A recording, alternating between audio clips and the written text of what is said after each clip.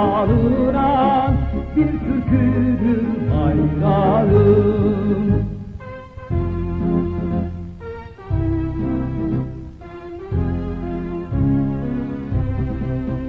Asırlar tanıktır bu toprak, bu vatan benim.